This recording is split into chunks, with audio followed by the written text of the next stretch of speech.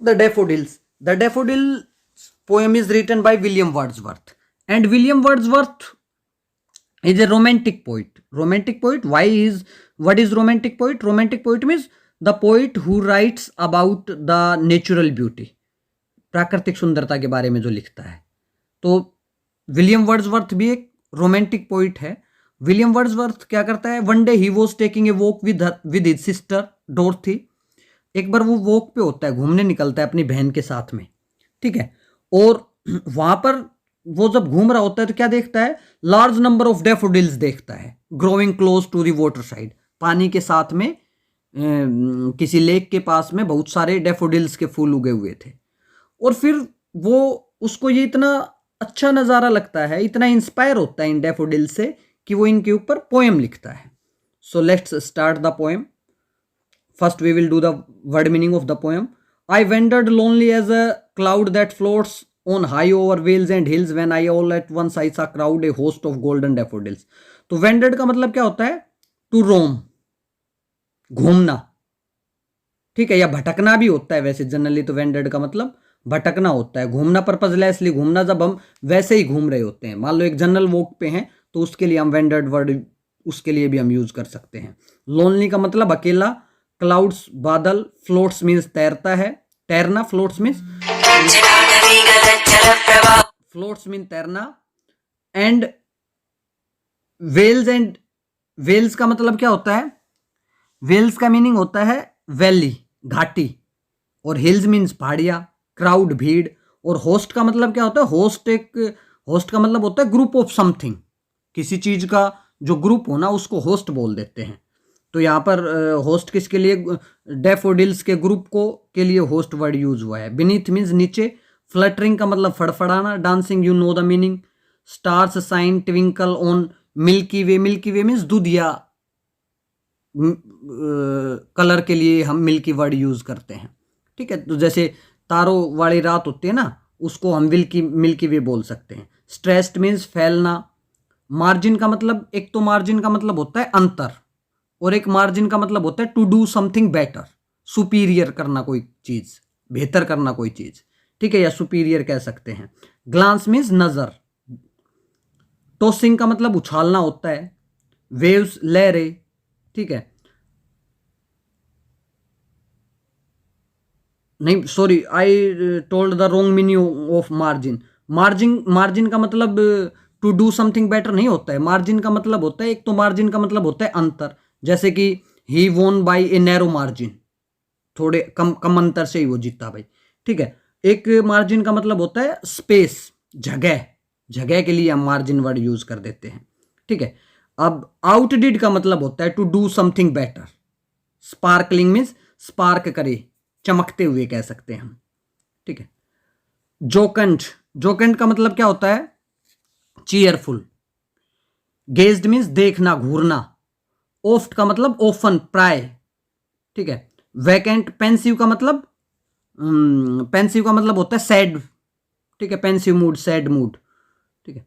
Bliss का मतलब होता है एक्सट्रीम हैप्पीनेस, बहुत ज्यादा खुशी. प्लेजर मीन्स भी खुशी, ठीक है. So let's start the poem. कहता है I wandered lonely as a cloud. तो पोइट क्या कहता है? आई वेंडर्ड, कहता है मैं घूमा या मैं घूम रहा था. कैसे? अकेला घूम रहा था, एज ए क्लाउड. अब क्लाउड, जैसे क्लाउड अकेले घूमते ना, हालांकि क्लाउड वैसे तो एक क्लाउड के साथ में और भी क्लाउड्स हो सकते हैं, लेकिन लोनली किस सेंस में कहा गया है कि वो इंसानों से बहुत दूर होते हैं, ऊपर होते हैं, इसलिए उनको लोनली बोला गया क्लाउड को. तो कहता है मैं बादल की तरह अकेला घूम रहा था, लोनली था. That floats on high over vales and hills. कहता है वो बादल, कौन से बादल? जो तैरते हैं. कहां पर तैरते हैं? वेल्स मीन्स वैली, घाटी के ऊपर, पहाड़ियों के ऊपर जो बादल तैरते हैं, या जो बादल चलते रहते हैं पहाड़ियों पर और घाटियों के ऊपर, उन बादलों की तरह मैं भी अकेला घूम रहा था. When all at I once I saw a crowd. और फिर अचानक मुझे भीड़ दिखाई दी. भीड़ जनरली किसके लिए यूज होता है भाई? लोगों के लिए, लोगों के ग्रुप के लिए को समूह को भीड़ बोल देते हैं. लेकिन यहां पर उसने लोगों के समूह को नहीं देखा, ए होस्ट को देखा. होस्ट किसका? Host means group. किसके ग्रुप को देखा? Golden daffodils. डैफोडिल्स फ्लावर्स हैं भाई, ये डैफोडिल्स फूलों के ग्रुप को देखा मैंने, ठीक है. और गोल्डन बोलता है। इनका कलर कैसा था? गोल्डन था। हालांकि येलो कलर होता है डैफोडिल्स का, लेकिन पोइट इनको गोल्डन बोलता है कि सुनहरे कलर के फूलों का गुच्छा देखा मैंने, फूलों का झुंड देखा, हम कह सकते हैं। Beside the lake beneath the tree, और ये डैफोडिल्स कहां पर थे? Beside the lake, beside means lake के पास में थे, बीनीथ द ट्री पेड़ के नीचे थे। और क्या कर रहे थे daffodils? Fluttering and dancing in the bridge, हवा में फड़फड़ा रहे थे और डांस कर रहे थे, यानी कि हवा में हिल रहे थे। तो पोइट उस चीज को कंपैरिजन करता है कि वो डैफोडिल्स हिलते हुए ऐसे लग रहे थे हवा में मानो फड़फड़ा रहे हो और डांस कर रहे हो। ठीक है, तो क्वेश्चन ये उठता है कि भाई पोइट कहां पर घूम रहा था? नहीं, पोइट कैसे घूम रहा था? As a cloud, lonely as a cloud. ठीक है, क्लाउड्स कहां पर थे? Over valleys and hills. ठीक है, और ये डैफोडिल्स कहां पर थे? Beside the lake, near the lake and beneath the tree. ठीक है, ये बुक वर्क करेंगे तब हमें ये चीज काम आएगी, इसलिए इसको एक बार दोबारा रिवाइज करवा रहा हूं। Continuous as the stars that shine, कहता है और ये कैसे लग रहे थे? जैसे कि स्टार्स चमकते हैं, तारे चमकते हैं। एंड ट्विंकल, ट्विंकल का मतलब टिमटिमाना, जैसे तारे टिमटिमाते हैं मिल्की वे में, दूधिया रंग के आसमान में जैसे तारे टिमटिमाते हैं ना, उसकी तरह ये ऐसे लग रहा था जैसे कि ये भी चमक रहे हैं और टिमटिमा रहे हैं तारों की तरह। They stretched in never ending line, stretched mean फैले हुए थे, एक लाइन में फैले हुए थे जो लाइन खत्म ही नहीं हो रही थी। ठीक है, along the margin of bay, along the margin of bay, bay का मतलब क्या होता है? लेक, एक लेक के पास में, मार्जिन का मतलब जगह, लेक के पास में ये फैले हुए थे, एक ऐसी इस तरीके से फैले हुए थे, एक ऐसी लाइन बनी हुई थी जिसका एंड ही नहीं था। 10,000 सा आई एट ए ग्लांस, एक बार में मैंने 10,000 देखे। 10,000 का मतलब ये काउंट थोड़ी कर पाए, लेकिन मतलब हजारों में, एक ग्लांस में, एक नजर में पोइट डैफोडिल्स को देखता है। Tossing their heads in sprightly dance, tossing का मतलब वैसे तो उछालना है, लेकिन यहां पर टॉसिंग का मतलब बाहर निकालना हो सकता है। वो अपने हेड को बाहर निकाल रहे थे, ऐसा लग रहा था जैसे वो अपना सिर बाहर निकाल रहे हैं। Sprightly dance, in sprightly dance, sprightly dance means भाई full of life and energy. ठीक है, जैसे कि नाचते हुए, फुल मस्ती में नाचते हैं ना, और तब जैसे सिर बाहर निकलता है, तो वैसे लग रहे थे जैसे कि मस्ती में नाचते हुए उनका सिर बाहर आ रहा है भाई। The wave beside them dance, और उनके पास में जो लहरें थी वो भी डांस कर रही थी। लहरें किसकी थी भाई? लेक की, झील की, क्योंकि वो झील के पास में ही तो थे, एक पेड़ के नीचे। तो उस झील में जो लहरें थी वो भी डांस कर रही थी, वो लहरें भी, यानी कि ऐसे लग रही थी जैसे कि लहरें भी डांस कर रही हैं।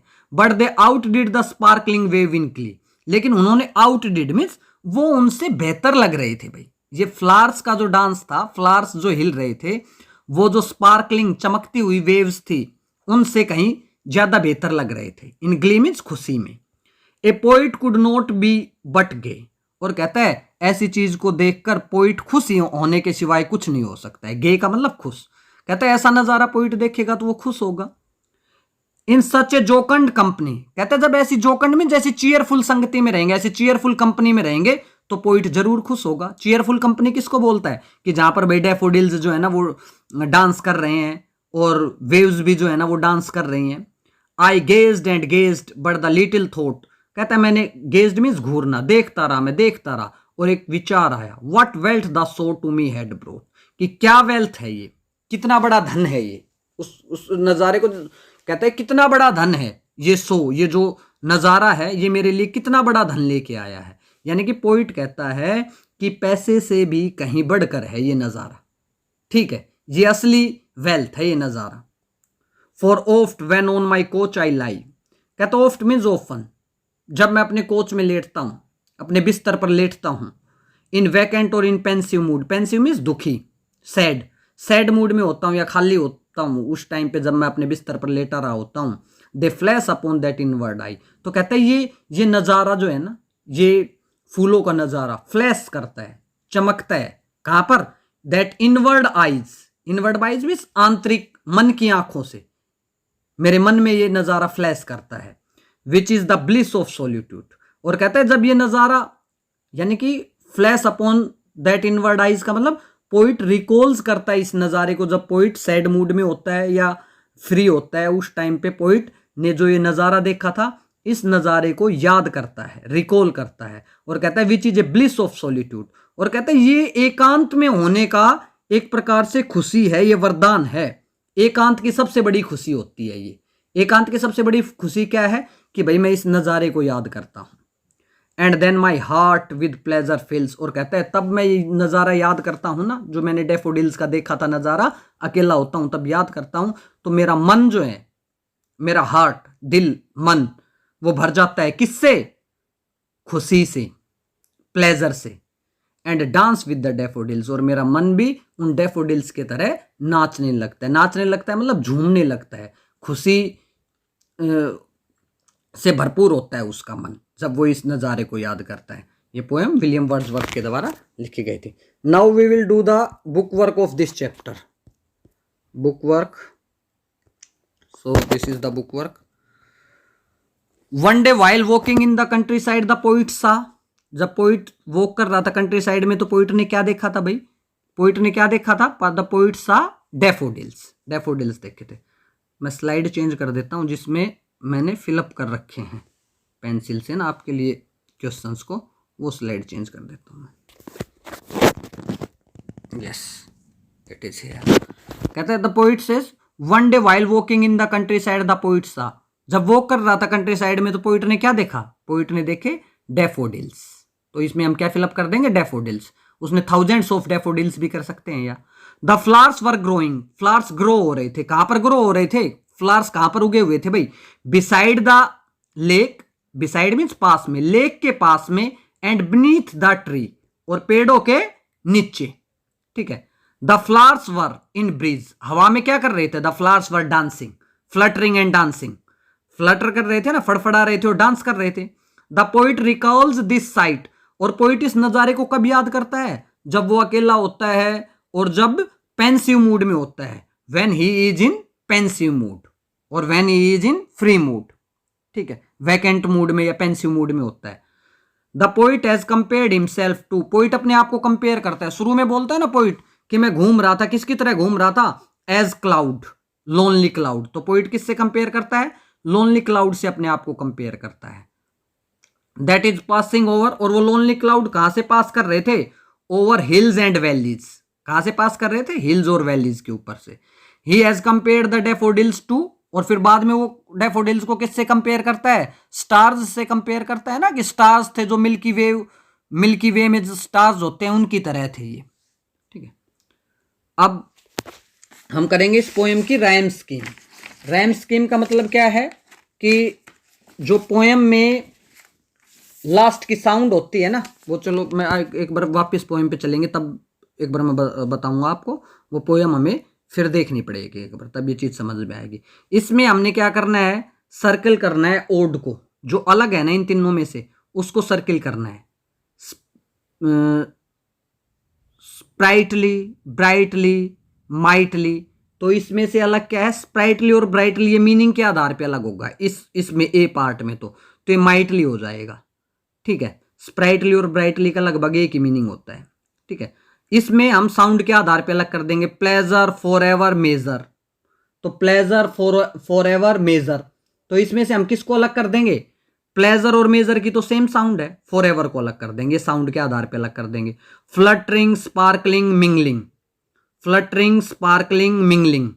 तो इसमें क्या हो जाएगा? इसमें हो जाएगा फ्लटरिंग, स्पार्कलिंग एंड मिंगलिंग। एक हो गया ये फ्लटरिंग, ओड वन हो गया इसमें। पेंसिव, एक्सपेंसिव, अटेंटिव, इसमें क्या हो जाएगा? अटेंटिव। और इसमें ब्रेड्थ, वेल्थ, स्टेल्थ, तो इसमें क्या हो जाएगा? ब्रेड्थ। ठीक है, अब ये कहता है कि find 3 words in the poem with a silent H, 2 with silent G and 2 with silent A.